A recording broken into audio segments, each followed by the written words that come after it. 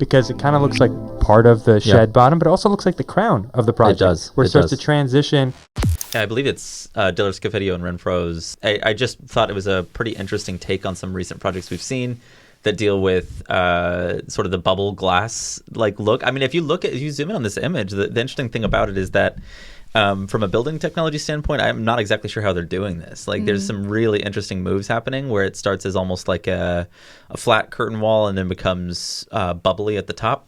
Anyway, it looks beautiful. I'd love to see it next time I'm in Miami and check it out. This is rehashing the shed at a different scale. Yeah, absolutely. That's kind of amazing. Like, but that's not ETFE, right? That's I know, glass. but it's the form. It talks about, like, so the topic about this that's interesting. The project that we were just discussing. Yeah. Yeah. Well, what's interesting about it is the fact that because they modeled the skyscraper in Hudson Yards in a digital software, even if they made a physical model, they're just taking part of that, rematerializing it, and making a different project, which is super cool about just kind of the reuse of your work and the language of your work, because it kind of looks like part of the shed bottom, but it also looks like the crown of the project. It does. Where it starts to transition from a rectangle to this kind of filleted.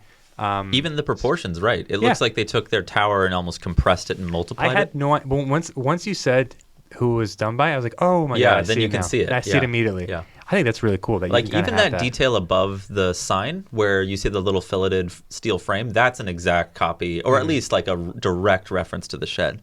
Yeah. Which I'm kind of happy they rehashed it, because look, the shed is the shed's an interesting project, but I do feel like it's something slightly disappointing about that project was once the ETFE went on, you couldn't experience like the super beautiful structure that makes the shed work. So I actually love the way that they're thinking about that detail in a different way as facade, as frontality. I think that's great. Maggie zoomed in on this Dezine article, and it says a pattern informed by the vintage Cartier was etched into the glass. You can see it. Yeah, the etching looks great. And so what I want to bring up here is that we're talking about this kind of like in the ideas of architects as an architect designing something. They're talking about it through the kind of the brand and how the brand influenced the project. It's just interesting how, and also Dezine is not meant for the general public, I don't think. It's more like people that are interested in design. So it's funny how they're also talking about it, and they're kind of removing this idea of the or they're like not removing it. They haven't included the ideas of the discipline that we're talking about because maybe the general public doesn't care as much, or maybe these are the people that are trying to influence what gets its attention. Because I think the way words are used, especially now because I'm so politically brained, how you misuse a word, or how you structure a sentence influences how people think about something.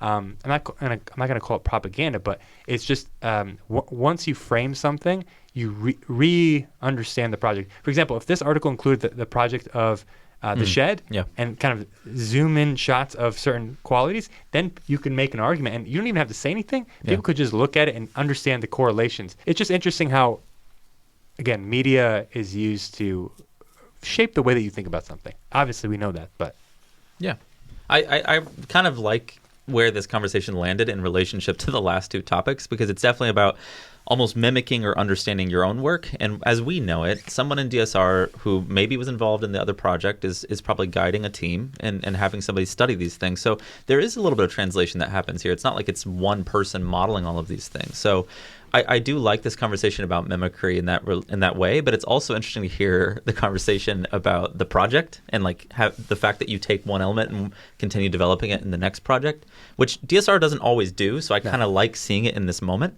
And the other half of that is like comparing that, which is the same kind of program and scale, to the X Plus Living that we were just talking about, that is, I think, radically more exuberant and just a different type of design in a way.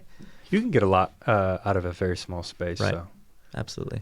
I was curious, and I don't know if you found it, Caleb, but it says that the flagship store is a renovated space. Like, do you know what it looked like before? I don't, but I actually think I know where it is. You would probably know from spending some time in the design district. I think I roughly know where it is. I don't know what the space was before. But if you guys haven't been to the design district in Miami, it's actually a really interesting place. It's like a lot of streets where all the shops are on anyway. And there's also really cool. It's really near Wynwood and in this arts district. It's got kind of a really interesting collapsing of high end.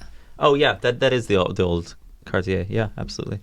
But it's an interesting place. I mean, just for those that might be curious, I find it interesting because it's a collapsing of sort of the super high-end retail design culture directly adjacent to people that are basically like living in artist residencies and doing really guerrilla style level like artwork in the city.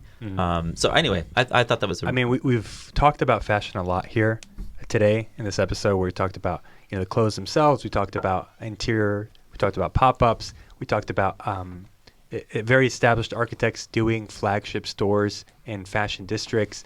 I mean, there's a whole district in Tokyo, Otomasando, I think, or something like that. Otomasando, yeah. Yeah, where tons of high design architecture firms made flagship stores for these fashion brands, luxury brands, including Cartier and some other ones.